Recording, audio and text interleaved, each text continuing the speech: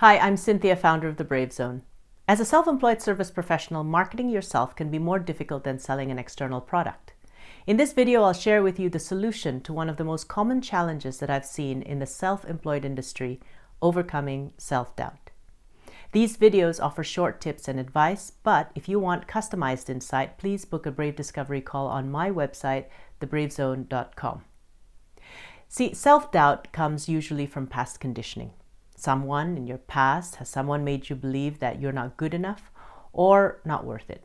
You may not immediately remember when or where it happened or who influenced you to think that way, but usually if we dig deep enough, we'll find that one incident, that one period of time, that one interaction that made you lose that confidence in yourself.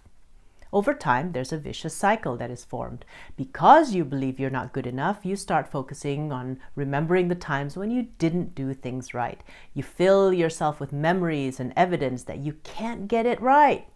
And then you may choose to discount all the times you did great things and achieved results. You just call those good times chance, a stroke of luck. And because you collect such negative memories, your self-doubt is reinforced. And that's how this vicious cycle keeps going round and round, spiraling you downwards. So in my work with self-employed professionals like you, we will try to connect you with that source of your self-doubt and give you that moment of understanding, awareness, acceptance. And then we'll help you move on by removing the limiting beliefs that block you, by looking for new evidence that prove them wrong.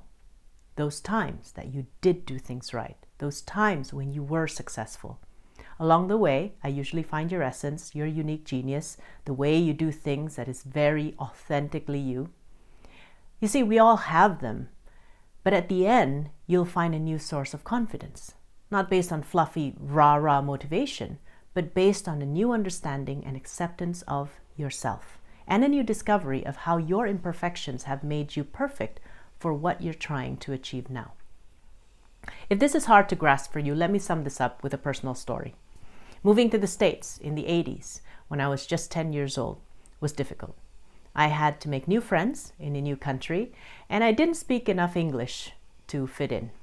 On top of that, I was an awkward, chubby child with a very questionable fashion sense. It was tough to get along with other kids, especially those who loved to make fun. The first 5 years, I made one friend and had a lot of painful incidents trying to fit in. The experience made me a people pleaser. I went along with other people's views just to fit in, and it was hard to feel beautiful in my own skin.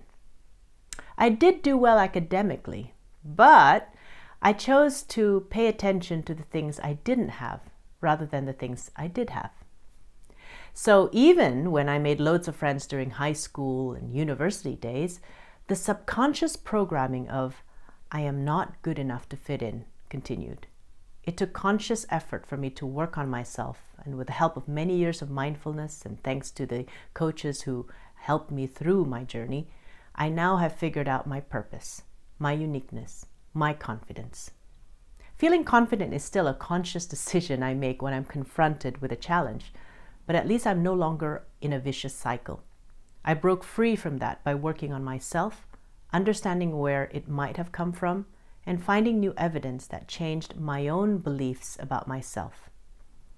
I worked with a client the other week who was having trouble with self-confidence, and I gave her the challenge to start a testimonial collection because she was doing a lot of awesome things with her clients, but she never asked for testimonials.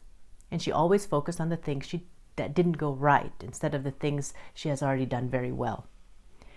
Then the beginning of my journey, collecting testimonials for me was a way for me to reaffirm myself that I was good enough. So if you see my collection of 80 to 90 testimonials on LinkedIn right now, at least half of that was not collected for marketing reasons.